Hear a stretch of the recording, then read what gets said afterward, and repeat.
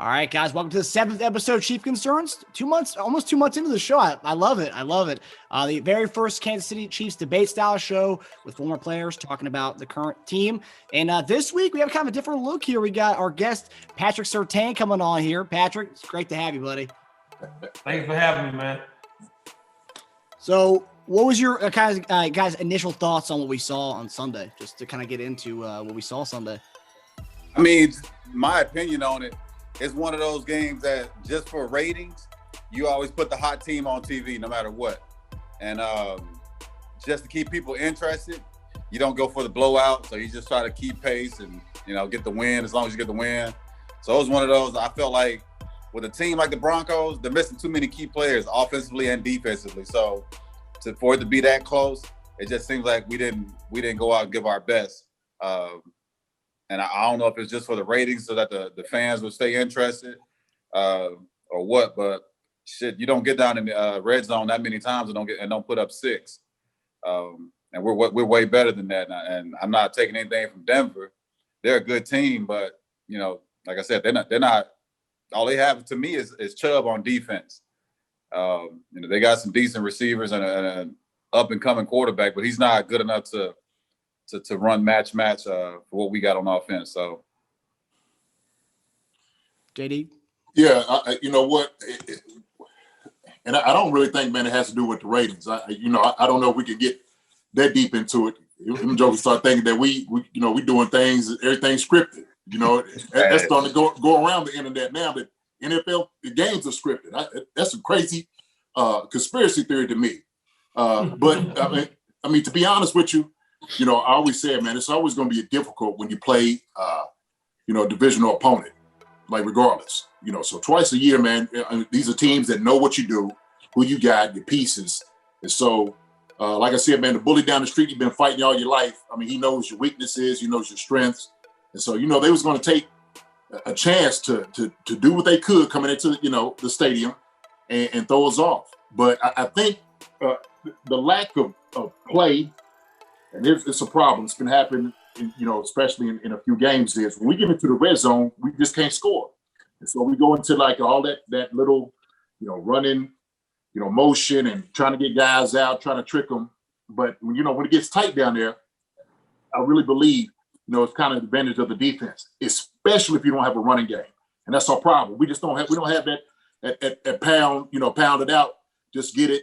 And just run it down their throat. It's nothing like that. We don't have that game yet, and that's an issue. That's an issue in the red zone because you got to have that guy. We haven't got that guy established.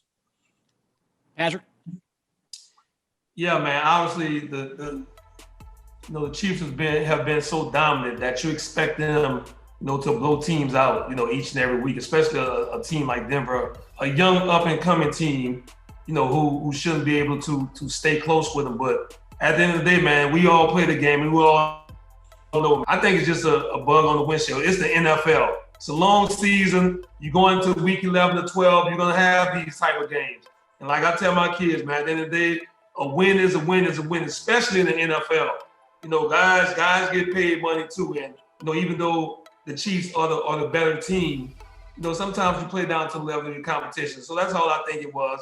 I think they'll get refocused against a very good defense in Miami this week and have a Chiefs-like performance. So I don't attribute it to anything. It's just one of those weeks in the NFL, like you said, JD, a divisional opponent. They know each other pretty well, and I think they'll be better from it. What do you guys chalk up to going 0 for 4 in the red zone? I think in the last week, JD, you kind of alluded to it last week in Tampa. I think there was 2 or 3 missed opportunities in the red zone.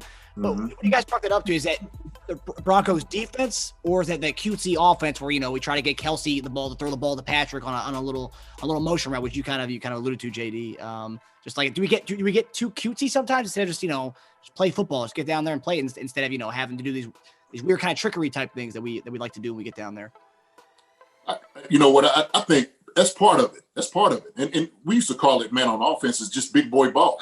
I mean, it's really what it is. See, we never had a problem down in the red zone because we always knew that the offensive line, and that's another thing, a concern that's going on with the offensive line with the Chiefs is they just don't really have those guys up front, to kind of just move the defensive line off the football. And so I've talked about, offensive line play. I've talked about the tight ends play. But then, go back into like just the play call in itself, right? You get cute, and then all of a sudden now you're forced into, okay, well, these next two plays have to be perfect, right? They had to get a first down. They had to get closer to, in the end zone. And that's part of the problem. So I think a lot of it, and I'm saying this, and I'm standing by it, because you have to have a running game. You have to have, that hammer, just drive the nail. We just don't have that right now. And I'm waiting. Look, you got Le'Veon Bell back there, okay? 230 pounds, could tote the rock. You need to give him some more looks. I mean, you got to see what you got, right? I mean, he just got to the team. We saying he just got here, but he's been there, about 4 or 5 weeks already? Look, let's see what he can do, okay? Especially down at that point. You got to get him in the red zone. You got to start running behind your pads to see what you can do. Patrick, would you say it's more what we saw, the anomaly in the red zone? Was that more Broncos defense looking good, or more us just trying to do too much, I guess, when we got to the red zone? Yeah, I think, to be an efficient offense in the red zone, you gotta be able to run the ball, because the field is shrunk.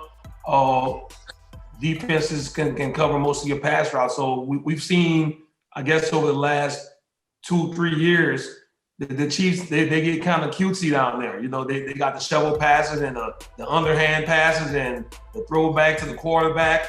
But, you have to play big boy football when you get down there, because, red zone defense, to throw the ball, in the red zone, it's pretty beneficial to the defense. So I don't think the Chiefs have that mindset, like the offensive line when we were there with JD and Rofe and Will and B Walls and all those guys. It's just a mentality.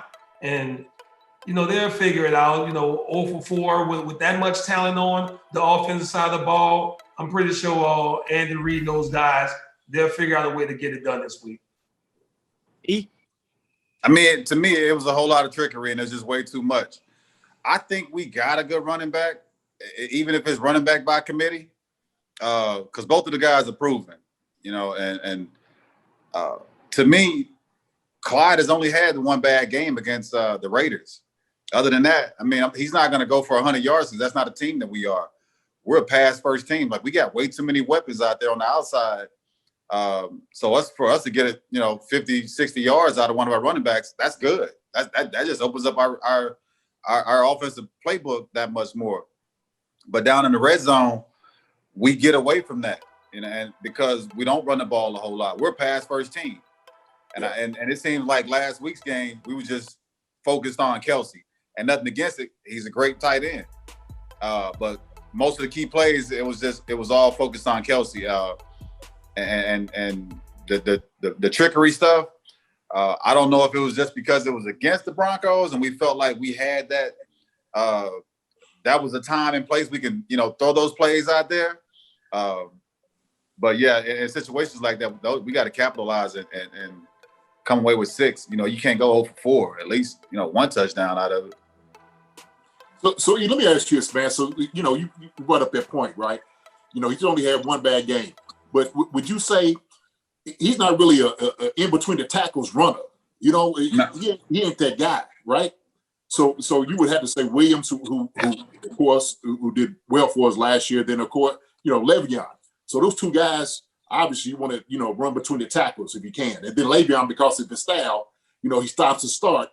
He's just not going to bore down and just run behind the guys. So this. Right now, I'm thinking this is the time you have to do it. But I don't see, what's it, Hilaire, CEH, yeah. Not in between the tackles guy. To me, not at all. Like I said, that's an opinion. But after that Raiders game, we came right back and had 240-some yards rushing, overall as a team. So, like I said, I think we got the talent. It's just a matter of that's just not who we are. We're not we won't have many of those games. As long as we got Patrick Mahomes, we're not going to run the ball a whole lot. Right. We just want a back that's good enough to get up through the line, get us a few yards, catch the ball out of the backfield. We can line you up out there and stretch you out. and make some kind of plays with you. We ain't no pound and ground team. So as far as like having that great offensive line to give you that push, I don't even think the Chiefs care about that because we got enough right now to where if you get outside the pocket, Patrick's going to eat you up. If you got Patrick in the pocket, he's going to eat you up. So you got to pick your poison and all it goes to go along with that. You got these two running backs, two different styles, but both of them are very successful with it. So you get a few yards out of them, line them up outside, get a few catches and reception yards out of them. I mean, you kind of basically expose the defense to what we want because ain't nobody gonna stop Kelsey, and ain't too many people gonna stop Tyreek Hill. So, yeah. Would you say there's kind of there's something to having, I guess, kind of a rhythm, getting into a rhythm of running the ball? You know, because I feel like we cap CEH at 8 carries a game, 9 carries a game. So as a runner, I'm only getting 8, 9 carries. I really can't get into my rhythm, you know, my zone. Is that also kind of play into what you're saying, E? That we're not a running team, so we're never going to get. We're not, and then that's what Bell is. Bell is a running back. He's a playmaker. But the good thing with Bell is that even with Pittsburgh, you know, he was able to line up outside and one-on-one, he's going to take advantage of linebackers. So he's kind of used to that, you know, that passing game. But all in all, he's a big pound and ground type of back. You know, he doesn't hit the hole running full speed because he likes to find his way and hit the hole. But when he hits the hole, you're going to feel it. It's impactful. So he is a ground and pound type running back. But in this offense, that's not a whole lot of what we look for. We just need a few out of you. All right. And so, okay, moving on to the next topic here. On Sunday, we probably saw one of the coolest catches, or I guess weirdest catches of the year by Tyreek Hill. It was ruled an incomplete pass, but since we got 3 guys here who caught a pass in an NFL game here, or an interception, who's the fault lie on in that situation? As a player, whether I catch it or not, I mean, because I always see players always trying to say, "Oh, that was a catch," when it clearly wasn't. It was kind of weird that he just kind of got up, went to the bench, didn't say anything, and then they had the replay of it. The next thing we see is the punt right away. I feel like they rushed our punt team out there. Who's the fault lie on? Is that coaches in the box like looking down at that, or is that Tyreek saying, "Hey, I caught it"? Who's the fault on in that situation? You got it, Pat. Yeah, I think they pay those coaches in the boxes a lot of money to look for certain things like that. I even think they have people at home who's calling in like, "Hey, you need to review that, Andy." I like you said, I just think in that situation, they rushed the punt team on too fast. You know, give it time. Even if you got to take a 5-yard penalty to give the officials to look at it some more. So I think it lies with the people in the box. Obviously, I'm not sure if Tyreek came to the sideline and say he caught it or not, but if he did, then as a coach, I would tend to side with my player and give him that benefit of the doubt. Obviously, it didn't. You know, it was a catch, you know, after we saw the replays. And it's just a collaboration. It's a joint effort to make sure, you know, Andy Reid gets the right information to be able to review that play. Yeah. So my opinion on what I saw, Tyreek didn't even know he caught the ball. Yeah. He just know he popped up with it. So the first thing he did, he was like in frustration. He slapped the ball like, "Oh man, I should have had that." So he never even knew he had it. And even when Coach Reid asked him on the sideline, he said he didn't know. Yeah. And so I think it's a matter of after we had already punted the ball and the people upstairs that saw it, they were the ones like, "Hey, that was a touchdown," but it was already too late. So that was the matter of you don't have a ref back there to because you ain't gonna find too many refs gonna run to keep up with Tyreek Hill to see if he caught that ball. So you don't even have a ref in that position to see if he had it or not. It was just one of those where he thought he missed it. Everybody else just kind of went with it. And all of a sudden we're punting and we don't find out until after the fact, until they show the slow motion. And then we ended up punting. And it was already too late. That's why I think in those type of situations as zone officials, I think you have to, if you don't know for sure, you have to rule that a touchdown until replay because they review every touchdown. So they would have had to review it. So you don't make, if you're not sure that it's an incomplete pass, rule the touchdown and replay could always overturn a touchdown. Whereas on the other end, they can't overturn an incomplete pass.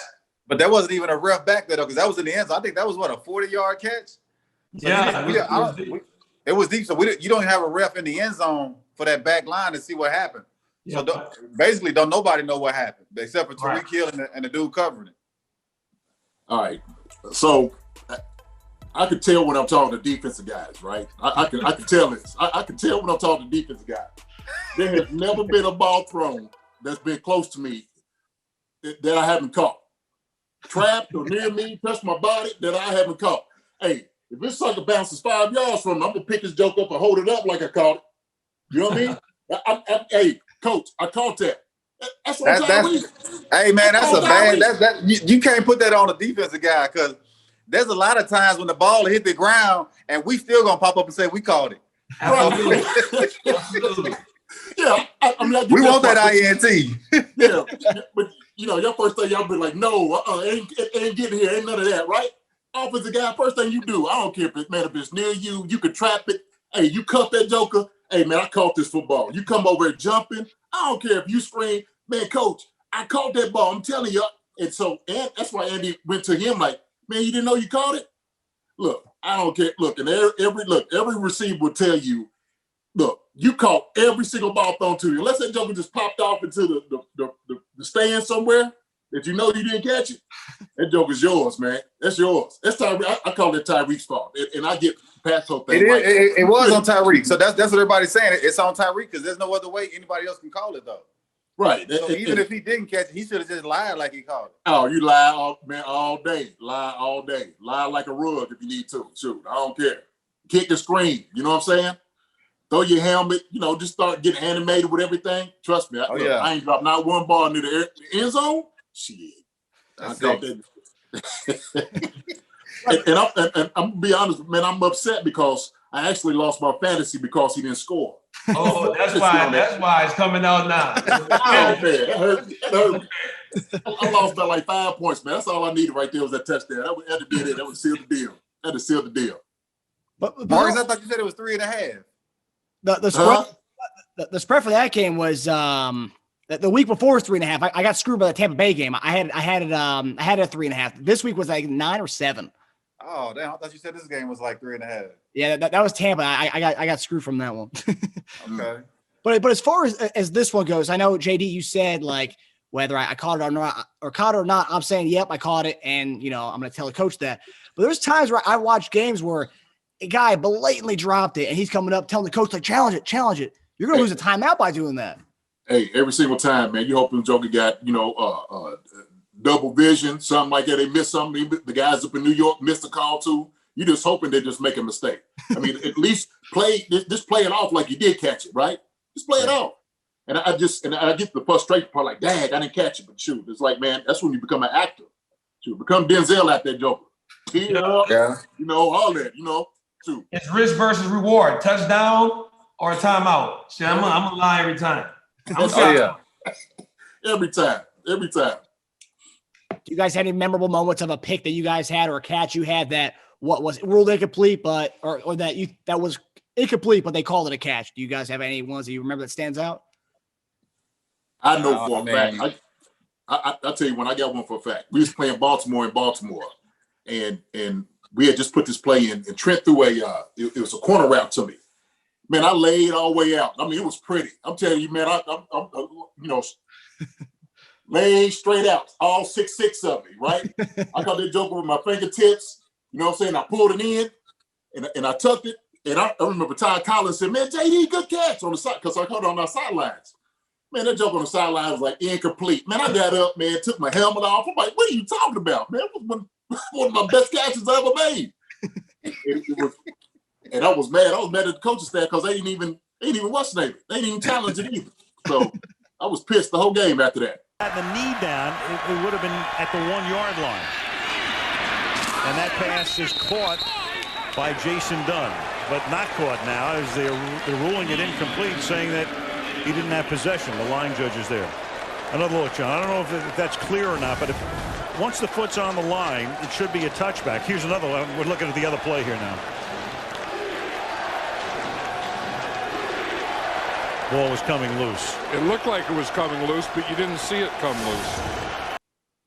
I ain't had none of those. The only time I had a situation where it really didn't go was like, as a DB, is when you catch that interception and all of a sudden they got a flag somewhere else on the field. And you got to get it right back.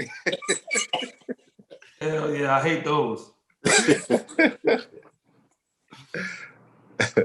So this week, since we got two DBs on this week, there's a question that I wanted to ask a couple of weeks ago, but I waited. I'm glad I did because now we have Patrick on to talk about it. But we've kind of seen Juan Thornhill. He was a rookie sensation last year. He got the ACL injury, but we've kind of see a decrease in his playing time over the last few weeks, or actually the whole season. And then I think last week or 2 weeks ago, Andy Reid said he's a situational player. How did the guy go from, being one of our best guys on defense in the secondary and now being a situational player? And we're seeing L'Jarius Sneed play some safety, taking some reps from him. Now, would you guys kind of chuck that up? Obviously, we're not in their practices and stuff, and we see what's going on. But would you guys say it's more we're going to lean towards that's the injury, kind of a hard coming back from an ACL injury? I mean, have you guys come back from an injury to that magnitude, and is it just kind of hard to get back and adjusted to that again?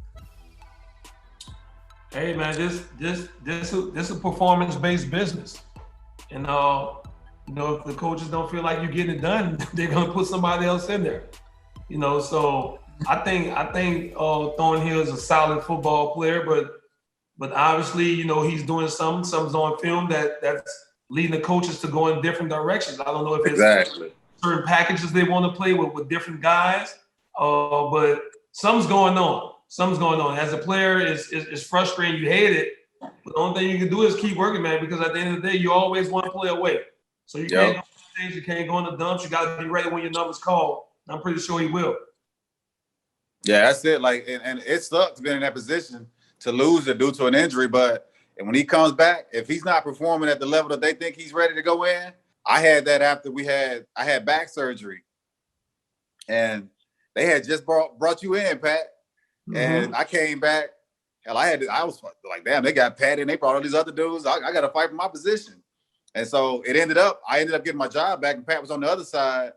But yeah, that's one of those, you got to prove yourself. Like, we're not just going to throw you back out there because you was a starter before. You got to earn that. If we got somebody that's better that can go out there, we're going to put them out there. JD, have you noticed anything from Juan Thornhill's play? Yeah, and it is. I mean, it's performance-based business, and like he said, you get hurt. That's it's a hard situation to be in. So the thing is, it's also like, look, working you back in. Are you still slow? Right? When we work you back in, have you lost a step? So it's always an evaluation where a guy is at. Especially off an injury. But the thing is, look, the guy that's out there is playing better than you. And you see that in practice. I mean, you got a whole week to evaluate what a guy's doing, right? And so it's not like, oh, well, look, you come back in, it's immediately you get back in like that. It doesn't work your way. Only way it works is if you Patrick Mahomes. Hey, look, we need you. Come on in, Pat. Right? Hey, take a seat back, right? Quarterback. Now, it makes a difference on sometimes that with that contract that they sign you to. That's right. Absolutely. If they paying you them big double-digit dollars, they got to throw you out there. They got you for a reason. Right. So, it's just. I think he's still on a rookie year. He's still on a rookie deal, isn't he? Yeah. So that ain't hurting them. That ain't hurting them. Mm-hmm. And you got to give the guy. Who you said they threw back there? Finn Rashad's playing. Sneed's also getting some reps too. Yep. So, Ward. Yeah, they got some dudes back there. Yeah. It speaks to the depth we have in this team as well. I don't want to see Juan lose his job, but it just speaks to the depth that we have in this team. We can plug and play these different guys at the safety spot. Yeah. Okay, so next topic we're going to go to previewing this week, which I'm calling it the Patrick Surtain Bowl. This is the Surtain Bowl I'm calling it, Dolphins and Chiefs. So this week is going to be a good test for our passing game because it's probably one of the best young secondaries in the league. Xavier Howard, Byron Jones, and Brandon Jones, I believe, as well in that secondary. A few other guys, but that's a pretty good test for our passing game. And we talk about our lack of run game, so maybe we'll see a little run game this weekend. But it's going to be a huge test for our passing game. What are you guys looking for in this matchup this weekend? I absolutely love it. Because I'm going on record. I think Xavier Howard is the best corner in the league right now. He's playing phenomenal football, and then you have Byron Jones on the other side. So they present a pretty formidable duel back there. Obviously, the Chiefs have amazing weapons, though. I think it's going to be a good challenge. And the thing what the Dolphins did, and a lot of teams are doing, they're moving former corners to safeties so they can, get better coverage matchups. And they have Bobby McCain, who's a former starter for them at corner. He's playing safety. And also Eric Rowe, who actually started in the Super Bowl. He's playing a little safety. So they feel they have different guys who can compete with Tyreek and Kels and all those guys.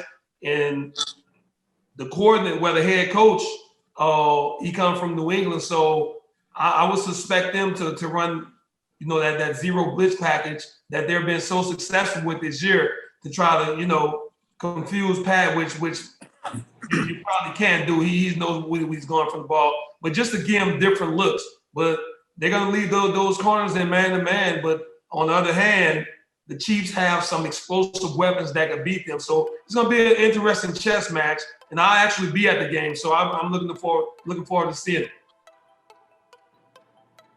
Jason? Yeah, I think it'll be a good matchup too. But again, like Pat said, we just got a lot more weapons on offense. They have good corners, they got a good secondary. But I think I would take Patrick Mahomes and our receiving core over any defensive secondary that's in the league right now. So what I'm looking at, you have one of the top 5 defenses, and here's the thing. And we kind of touched this earlier, Pat, when you was talking about the team that you're a head coach of. These guys have got the mentality of the head coach defensively, and so he's going to have them ready, especially with this one coming up right now. To go out and just ball out. Really, this is a great challenge for their team. For them to come back and say, look, we're back as a Dolphins, and right now we're just rolling. So this is going to give them a whole lot more confidence on that side of it. So I know they have that mentality of their head coach, but we got the weapons. We do. We do have the weapons. It's gonna be a close match. It really is. It's gonna be away. It's gonna be a close match. We'll just see how this thing is gonna play out. You don't think it's gonna be close, E? But also too. Look, they got a good offense. Parker's on the other side. They got a good tight end. They got a good running back, and they got a good QB. So I'm not a believer in Tua just yet, man. He hasn't had a good game yet. And even when they first put him in the starting position, he didn't play well. I think he threw for like 90-some yards, and the team won by 20-some points. That was just an overall team effort. It had nothing to do with Tua. But since it was his first game starting, all ESPN talked about was how good he played and how good he got the team the win. And that was more so a team win than it was a Tua. And like I said, as of now, he hasn't played good ball. He's a good scrambler. He makes decent plays out of the pocket. But he, as a quarterback, he hasn't done a whole lot. He's kind of been one of those Cam Newton types this year, to where he's wanting to run more. And I know he can't really run because he don't want to risk those injuries, especially after coming off what he came off of. So I just don't see it being that close of a game. But I also thought last week was going to be a blowout. So who knows? Right. So here's the problem. This is always the situation I'm talking about, right? We know that the Chiefs front seven hasn't really been creating pressure. Okay. So Tua, I don't care who you give some time back there. Shoot, even Drew Lock was hitting the tight end and a couple of plays when he had time to throw the ball. So that's going to be the challenge also too, as far as the defense at front seven, what they're going to do, right? So it's going to be the offense. The offense is going to come up and show up and just score a lot of points. Or the defense going to be able to hold up against a good offensive football team. So you're not playing, Denver anymore because you got more weapons. You got a good quarterback, a much better quarterback, a more mobile quarterback that these guys haven't quite seen. So it's going to be a good test for their front seven too on the defense side of the Chiefs ball. So we'll see, man. I think it's going to be close, just for the simple fact, like you said, they got a great team. I think the Dolphins have a really good. They play really good team ball. They do. And Tua, I think he found himself last week. He threw for 300 yards. And I think it's going to come down again to what we talked about earlier. Can the Chiefs convert in the red zone? If they're efficient in the red zone, they should win this game. But the Dolphins, man, I'm telling you, I've been watching the whole year. Their defense is pretty good. And the only thing, I think the Chiefs, man, one other thing they need to do, man, please, You come down here, man. Just stay out of Tootsie's. Don't go to Tootsie's. There'll be times they do that. I know they did some recon already, man. They just got to find out if it's closed because of the pandemic or not. You know what I'm saying? Because Tootsie's is fully open, trust me. Oh, man. Lord. Oh, my goodness. My 21st birthday weekend, I went to Tootsie's and I went to a KOD that weekend because I went to school in Miami. So pretty good week right there. It was a fun weekend. It was. So since we're talking about the prediction of the game, Patrick, what's your prediction for the game? The spread is at 7 right now. As it stands, the Chiefs are favored by 7. I'm gonna say 27-24 Chiefs. All right. E? I'm always going 30 plus, so I'm gonna say 35-21. Okay. JD? I'm looking at 28-24. That's what I'm looking at. Okay. All right. So we got Patrick and JD covering the spread. The Dolphins covering the spread, and then Erica is going with the Chiefs to cover the spread, the -7. All right. All right. So we're gonna move to our final segment. Patrick, for this week, everyone can comment on the tweet. All right. So, all right, for the final segment before we end the show, we got the Chiefs Kingdom Concern segment. So, our first Chiefs Kingdom Concern comes from @Arrowhead First. They tweeted, Dolphins looking for more intel on the Chiefs offense, I see. They now have 2 former Chiefs running backs there. They signed Elijah McGuire, already having DeAndre Washington on the roster. Jason, you can start us off here. Is there validity to teams picking up players based on the opponent that they play? Oh, yeah, absolutely. First thing you're trying to do is you're trying to do intel, right? You're trying to get every little thing that they do and how they do it. So you start doing recon. Hey, this is their tendency. So what does the coach think when you're doing this here? What's a call when they make this call? And so part of it is you're getting these guys because they're gonna give a tale about what's been going on in locker rooms. Maybe who's having a fight right now with their wife. All those different things come up. So that's part of the validity of it. And like I said, just to get intel on the team, the insight. But also too, maybe these teams, they think these guys could come in. I don't know if they're going to be able to help, against the team as far as coming out and play. But if they do, maybe it's an incentive for a guy who just got, released and, going to another team to come out and play even harder. So 2 things could be true as far as something like that. So that is a valid point, at least for that thing. Man, I've done that once, and we had a guy we played against, and we damn near got torched that game. Because you going out thinking that he know exactly what he's talking about, but the offense is going to change that up. And you just got to go out there and play honest, disciplined football and hope that your play is better than their play. Because when you start trying to depend on what somebody else telling you because they did that in that offensive scheme, and you're going to sit out there and be guessing all day. Right. Oh, yeah. But they're going to be saying, hey, look, but they're going to ask them, what is Patrick Mahomes' wife's nickname? What does he call her? So all of those things guys come up with, So it's going to be one of those things, man. Like he said, man, those offensive guys get paid a lot of money. The former player may come over, say if they call green, they're doing this. You hear green, you think they're doing that, it's something else. So right. You gotta play honest football, man. You can't go. Some of them guys don't know shit. They may come up, they don't even know the playbook. So. Well, look, Pat, what I say is this. So if they lose a game, they got somebody they can blame. They turn look, these jokes like, look. Y'all come in here telling us all this shit. Oh, no, y'all got to get up out of here with that. Yeah. Funny.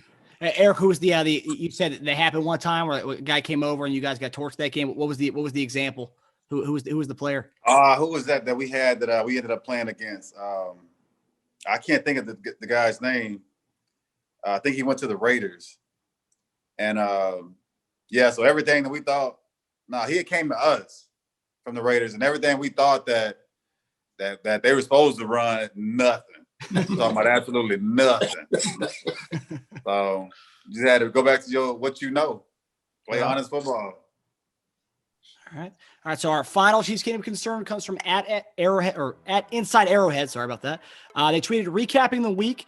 Alex Smith remains one of the best Chiefs of all time, and Alabama quarterbacks are a problem. Hurts and Tua about to tear up this league.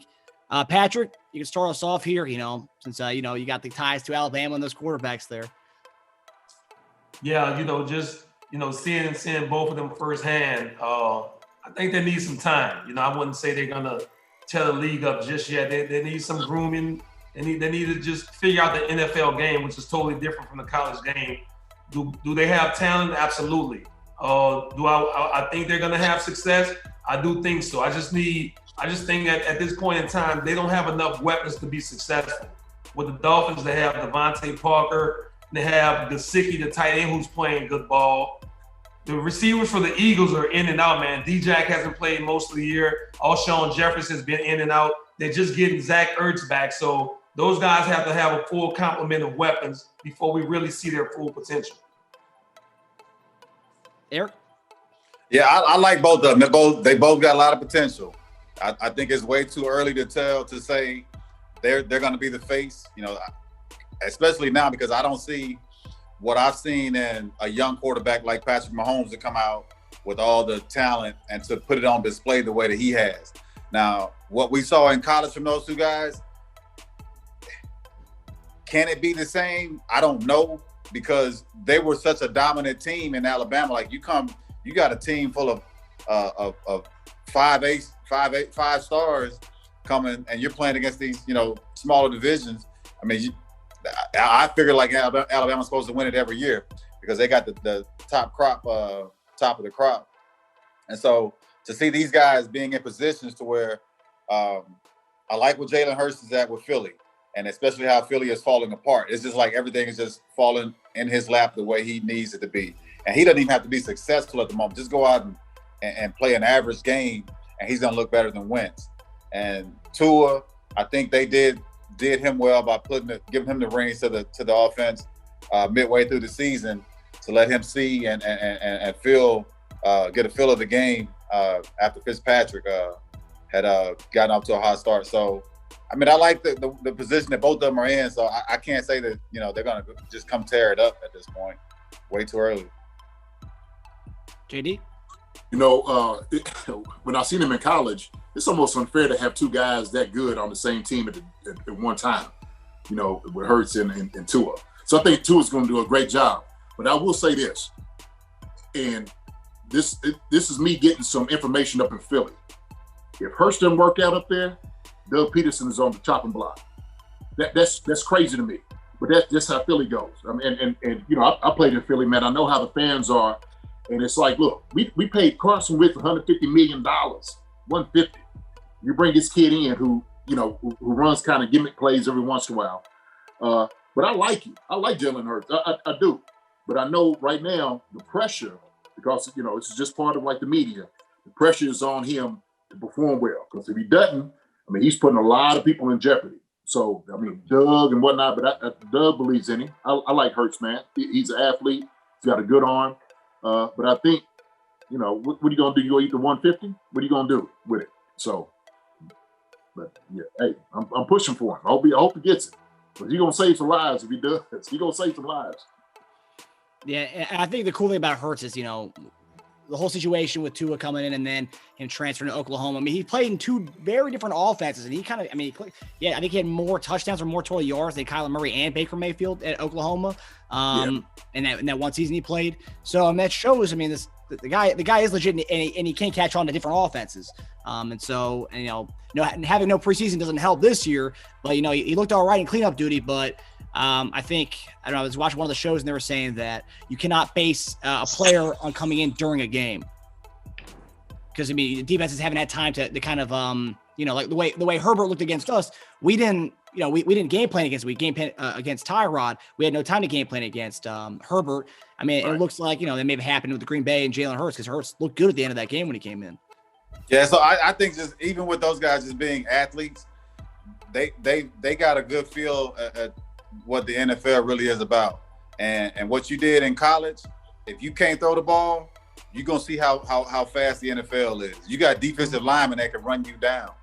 You know, that's the type of speed that you face against. So it ain't about using your legs no more because you can't get out the pocket and make those plays like you did in college. You gotta work on your passing game when you get to that next level. I always say the two hits that they always say about Alabama. They always talk about the running backs and the quarterbacks not really being that good, right? Playing in the league. It's always like that they hit, but now guys have kind of changed around a little bit, you know, with Ingram and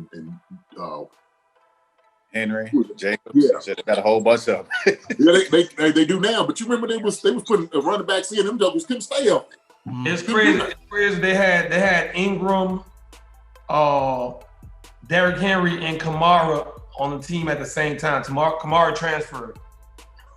Man, that's nasty. Yeah. That's nasty. Yeah.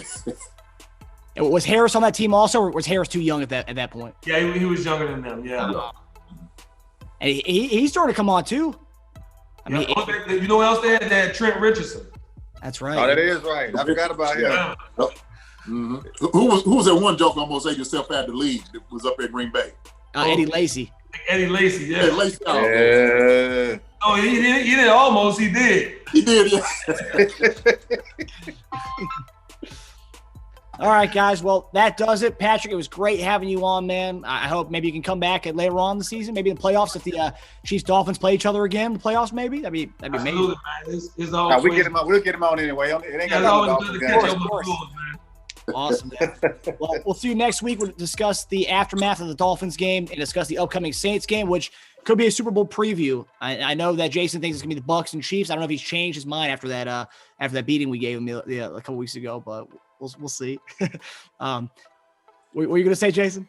Now, I was going to say, we talked about the two teams you want to see, right? Miami's one of them, and Pittsburgh. That's the two teams I don't want to see. So, in the playoffs. I don't know. Pittsburgh, I mean, I know they lost to Washington. It could have been a trap game because they see Buffalo next week. But I don't know. They haven't been really, at least for me, I haven't seen much out of Pittsburgh. I mean, every game has been a close game with them. They've been playing against teams that maybe aren't on the caliber, but every game's been a pretty close one with them.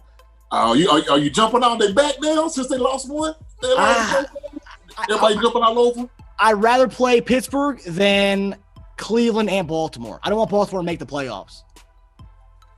Well, yeah, Baltimore. Cleveland, though? You believe in Cleveland? Come on now, Cleveland. That run Man, game. Cleveland got that two-headed monster in that backfield. Them boys toting that thing. Yep. Yeah, we've had some struggles stopping the run game. So. Yeah, that's true. That's true. Them boys toting that thing.